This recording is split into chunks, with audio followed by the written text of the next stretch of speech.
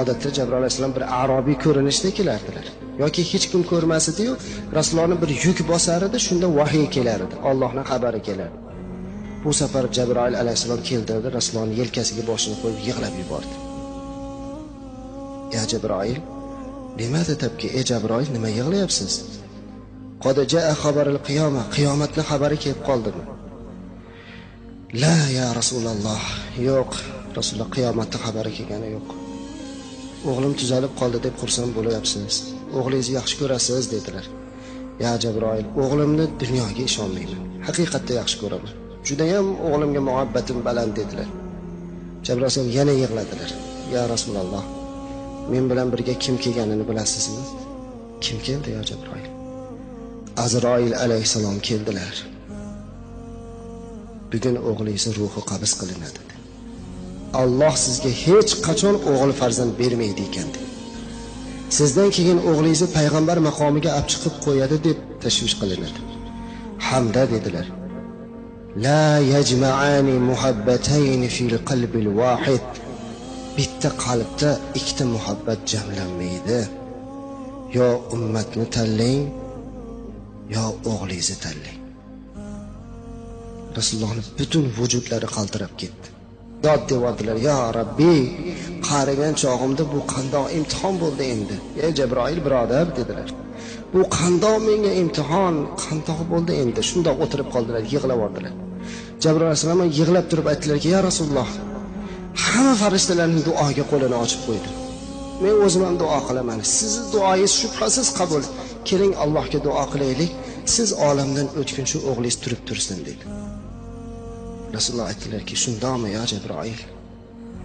Men o'g'limni umrini so'rashga kelgan payg'ambar emasman-da. Mayli. Ya Jabroil, men agar ixtiyor berilsa ummatni tanladim. Lekin duo qiling siz ham, men ham duo qilayki, o'g'limni o'rniga islomga xizmat qiladigan farzandlardan sahoba ummatlarimga, oxir zamon ummatlarimga Alloh o'g'limni o'rniga sadoqatli farzandlarni bersa ajab emas. Duo qiling deb yig'lab duo qildilar. Ya Jabroil, o'g'lim bilan xayrlashib olishlikka ijozat berilarmikin? Azroil alayhissalom sizni ishorangizni kutyapti. Hayo qilyaptilar, uyalyaptilar. Rasululloh chiqib qarasalar, o'g'illari sog'lom bo'lib qolgan. Bir nechta sahoba bolalar bilan o'ynab yurgan ekan, yong'oq o'yinga o'xshagan bir o'yindi. Qarasalar ichida eng chiroyligi o'zini o'g'li. Go'zal xulqlik, go'zal suratlik. Rasululloh sollallohu alayhi vasallam uzoq o'g'illariga tikilib turdilarda, "Ya qurrata ayn, ey ko'zimning qarosi, ta'al bu yoqqa keling" dedilar. O'g'illari yugurib keluvdilar, o'g'illarini boshini silab, bag'riga bosib, "O'g'lim, siz safarga ketadigan bo'lib qoldingiz-ku" dedilar. Xursand bo'lib o'g'illari, "Hal albisa libasan jadida, unday bo'lsa yangi kiyimlarimni kiyib olayimmikin?" Rasululloh yig'lab yuborib, "Ey bolam, siz kiyim kerak bo'lmaydigan, dunyo kerak bo'lmaydigan joyga ketadigan bo'lib qoldingiz. Uyga kirib bir mehmonda ziyorat qilib chiqishingiz kerak" dedilar. Fahmi farosatda Rasulullohning qoni bo'lganligi uchun farzand darhol tushundilar. Unday bo'lsa mana bu yong'oqni omonat oluvdim berib qo'yay dedilar. Bu gapni eshitib Rasululloh dod devordilar. "Ya Rabbi, shunday omonatchi, shunday bir farosatli o'g'lim bor edi" dedilar.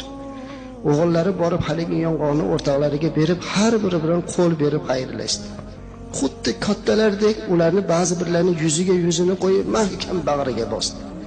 Jabroil alayhissalom chidamayaptilar, yig'lab turibdilar. "Ya Rasululloh, duo ilalloh, Allohga duo qiling, Allohga duo qiling" deb turibdilar Jabroil alayhissalom.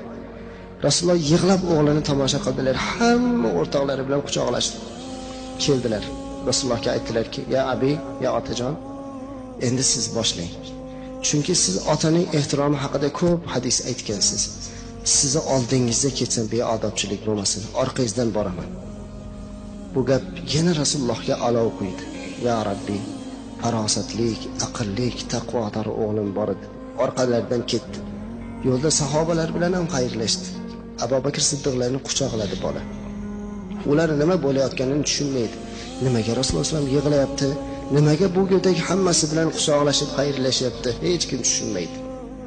Uyga kirishlari bilan burchakda o'tirgan Azroil alayhissalomga o'g'illari Ibrohimning ko'zi tushdi. Mehmon deganingiz shuni dedilar. Ha, shu o'g'lim. Otajon, bu mehmonga qarasam qaltirab ketyapman, qo'rqib ketyapman. Ey bolam, bu mehmon shunaqa odamlarni qo'rqitadigan, otadan bolani ajratadigan, qabristonni obod qilib, shahristonni barbod qiladigan mehmon dedi. Shu zahoti o'g'illarning boshiga og'riq kirdi. Mahkam boshini ushlab, "Yuallimuni ra'si", boshim qattiq og'rib ketyapti deb qoldilar. Rasululloh o'tirdilarda, "Keling o'g'lim, boshingizni qo'yib oling oyog'imga" dedilar. Shunday tizzalariga boshini mahkam qo'yib oldi. Rasululloh o'g'lini mahkam ushlab, "Ya Jibroil, qayerdasiz?" "Shu yerdaman ya Rasululloh." "Azroilga ayting, o'g'limni jonini sekin olsin" dedilar. "O'g'limni qiynamasin, Allohga berdim. Qiynamasdan jonini olsin" dedilar. Jabroil olsin yig'layaptilar. O'g'illari bir qaltiroq tutdi-da Rasulullohga bir qarab tabassum qilib bir kuldilarda jon taslim qildi. Rasululloh o'zlari yuvdilar, o'zlari kafanladilar, o'zlari janoza o'qidilar, o'zlari borib qabrga qo'yib tuproq tortgandan keyin dod deb yig'lab yubordilar. Ashoblar aytdilarki, "Ya Rasululloh, o'zingiz qaytargan narsani o'zingiz qilasizmi? Axir yig'lamang deyardingiz-ku." Ey azizlarim, bo'lgan voqeadan sizlar bexabarsizlar. Bugungi mening boshimga tushgan imtihon insonning boshiga tushsa toqat qila olmas edi dedi. Bugun Alloh uchun ummatimni ixtiyor qilib o'g'limni topshirdim dedi. Agar o'g'lim sizlarning o'g'lingiz bo'lganda o'ynab yurgan bo'lardi. Hamma sahobalar yig'ladilar. "Yo vaylato" dedilar. Rasululloh sollallohu alayhi vasallamga "Yo musibato, bunday musibatga Alloh sizga sabr bersin" dedilar. Azizlarim, haqiqatda Rasululloh sollallohu alayhi vasallam orzu qildilarki, meni o'g'limni o'rniga, meni ummatimdan o'rnini bosadigan o'g'illar chiqadi deb. Endi bir fikr qilaylikchi. Biz shunaqa farzand bo'lib boryapmizmikin? Ya Rasululloh sollallohu alayhi vasallam, o'g'lingizni bizni o'rnimizga fido qilgan ekansiz, biz shunga loyiq farzand bo'ldik deyapmizmi? Yoki bizga bergan farzandlarni shunga munosib tarbiya qilyapmizmi? Mana bergan farzand o'g'lingiz, mana sizning o'g'lingizni o'rniga namozxon, ibodatchi o'g'il olib keldik deyapmizmi? Yo ichuvchi, benamoz, badbaxt o'g'il olib keldik deyapmizmikin qiyomatda? Qaysinisini aytamiz? Qaysi yuz bilan, qaysi dil bilan Rasululloh sollallohu alayhi vasallam oldiga boramiz? Ammo azizlar, Rasululloh sollallohu alayhi vasallam shunday holatda ham bizni ixtiyor qildi. Bizni ixtiyor qilib bu imtihondan o'tib ketdilar. Oradan bir yil o'tmasdan o'zlari ham bu dunyodan rihlat qildilar. Endi shunday holatda ham ummatim degan zotni ismini eshitganda alayhissalom deb qo'ymagan inson, ummat haqiqatda Jabroil alayhissalomning duosiga loyiq bo'ladi, birodarlar. Bu zotga bir karra bir ehtirom qilmagan odam haqiqatda xor bo'lishga loyiq bo'ladi. Shuning uchun ham azizlar, payg'ambarimiz alayhisolatu vasallamning nomini eshitsak, darhol salovat aytaylik. Alayhissalom deylik. Sallallohu alayhi vasallam deylik. Har kuni aytaylik, farzandlarga o'rgataylik bunga. 3-duolari Jabroil alayhissalom aytdilarki, "Ida dahala Ramazon oyi kirsa-yu, gunohlardan poklanib chiqmagan odamga ham Allohning la'nati bo'lsin" dedi. 5-6 kundan keyin Ramazon, birodarlar. Kirib kelyapti Ramazon oyi. Ramazon oyida do'zaxning eshigi bekilib qo'yiladi. Jannatning eshigi ochiladi. Hammaning duosi qabul bo'ladigan bo'lib qoladi. Osmonda birorta parda bo'lmaydi ekan. Shayton bilan jinlarni olib kelib Jabroil alayhisalom qamab bekitib qo'yadi.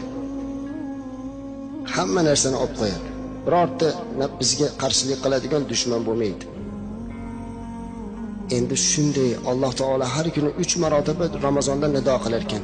Kim menga tavba qilsa tavbasini qabul qilaman, kim istig'for aytsa istig'forini qabul qilaman, kim nimani so'rasa beraman deydigan bir oyda roza tutmasdan, tavba qilmasdan, ibodat qilmasdan o'tib ketib qolsa, haqiqatda ham bularning duosiga loyiq bo'ladi azizlar. Ramazon oyida yildan yilga rozador ko'payishdi, o'rniga kamayib boryapti. Buni yashiradigan joyimiz yo'q. Kamayyapti azizlar. Avvalgi hurriyat boshlangandagiga nisbatan hozir kamayib ketdi. Shaharda, ko'chalarda yurganimizda bemalol ko'chalarda ovqatlanayotgan birodarlarimizni, aka-ukalarimizni ko'ryapmiz. Hatto birlarini ko'rib biz o'tgangi ro'zada chaqirib, "Ey birodar, siz yaxshi odamning farzandi edingiz. Ko'chada bemalol shashlik somsa yeb o'tiribsiz, axir Ramazon oyi bo'lsa" desak, "Ey domla, doktor tutmang" dedi, "oshqozonim kasal edi." Barakalloh. Shariat shunday birodarlar. Shariatda chiroyli narsa yo'q. Kasal bo'lsa tutmasin, tabib aytgan bo'lsa qilmasin, ammo ko'chada maishat qiling degan emasda bu. Roza tutmang dedimi doktor? Tabib aytdi, mabodo haqiqatda ham roza tutmang dedi bir sabab bilan. Uyiga kirib, hatto quyoshdan uyalib, bir qorong'i joyga kirib o'lmaydigan darajadagi ovqatlansin endi. Ovqat yetib ham, "Ey Parvardigor, bu rozador degan zotga sen jannatda bitta maxsus darvoza quribsan. Uning Rayyon deb ism qo'yibsan. Qiyomat qoyim bo'lganda kim roza tutgan bo'lsa shundan kirsin debsan. Menga nima yomonlikki, meni sog'ligim rozani ko'tarmaydi" deb yig'lasin. "Ey Parvardigor, salomatligimni bergin. Men ham roza tutib, har bir rozamga 600 barobar savobni olay" deb yig'lab Allohdan so'rasin. Maishat qilishlik kerak emas, birodarlar. So'rash kerak Xudodan. Yig'lab. Avliyolardan birlari tush ko'ribdi. Tushlarida bir Yahudi jannatda yurgan ekan. Yahudiydan so'rabdiki, "Sen Yahudi jannatda nima qilyapsan?" "Ey avliyo Alloh, Ramazon oyi edi. Ko'chada Ramazon oyida o'g'lim non yeb yurganini ko'rib, o'g'limni bir shapaloq urib, qo'lidan nonini olib, shunday Ramazon oyi bo'lsa, butun musulmonlar roza bo'lsa hurmat qilmaysanmi degan edim. Shuni sharofati bilan Alloh meni hamma gunohlarimni kechiribdi." Azizlar, biz musulmon farzandi bo'lib roza tutmasak, qabohat-ku bu. Bu zalolat-ku. Ana shuning uchun ham haqiqatda kim man qoma imanan va ihtisaban g'ufira lahu ma taqaddama min dambihi. Bu sahih hadis, birodarlar. Rasululloh sollallohu alayhi vasallam aytibdilarki, kim Ramazon oyi bo'lsa, Allohdan qo'rqib, iymon bilan, ihtisob bilan, taqvo bilan turib, rozasini tutib, Xudodan gunohini kechirishligini so'rasa, roza chiqqandan keyin onadan tug'ilganda go'dakda gunoh bo'lmaganda chiqadi deyapti. Agarchindiki gunohlarimiz butun dunyoda qumini zarrasicha bo'lsa ham, birodarlar, bunaqa imkoniyat qayerdan topamiz? Bu tavba, bunday tavba qilishlik bizning islomda bor xolos. Shuning uchun ham azizlar, Ramazon oyida da'vat qilaylik. Ro'zadorimizni ko'paytiraylik, ibodatchilarimizni ko'paytiraylik. Shoyatki mana shu ro'zadan chiqqandan keyin yana ibodatchi safchilarimiz ko'payib ketsin. Duo qilaylik. Subhana robbika robbil izzati amma yasifun va salamun alal mursalin. Alhamdulillahi robbil alamin. Ey Parvardigor olam, biz hammalarimiz bir gunohkor, bir bandalaring. Qo'limizni ochib sendan duo qilib, umid qilib turibmiz. Avvalo payg'ambarimiz sollallohu alayhi va sallamga bizlarda salovatimiz bo'lsin. Bu zotga duolarimiz bo'lsin. O'zingga hamd va sanoyimiz bo'lsin. Duosi qabul bo'lmaydiganlar qatorida ota-onaga duo qilmaydiganlar bor ekan. Duoga qo'l ochib turgan hammamizni vujudimizga sababchi bo'lgan ota-onamizni rahmatingga olgin. Qiyomat qoyim bo'lganda ota-onasini rozi qilganlar safida turishlikda shu yerda turgan hamma jamoatga nasib aylagin ya Rabbi. Allohim, kelayotgan Ramazon ro'zasini bizlarga muboraklik qilib, salomatlik bilan, tinchlik bilan ro'zalarni tutib, o'zingning yo'lingda yuradigan bandalardan bo'lib chiqaylik. Mana shu yerda o'tirgan jamoatimiz agar ozgina dunyo tashvishi bilan ota-onamizga bee'tibor bo'lib qolgan bo'lsak, shu marosimdan chiqib ota-onasini oldiga borib duo qiling deyishlikka himmat, taqvo bergin ya Rabbi.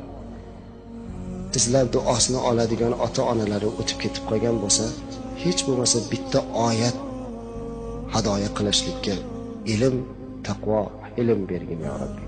Va sallallohu ala sayyidina Muhammad va ala ahli Muhammad va barik va sallam. Allohu akbar. Barakalloh.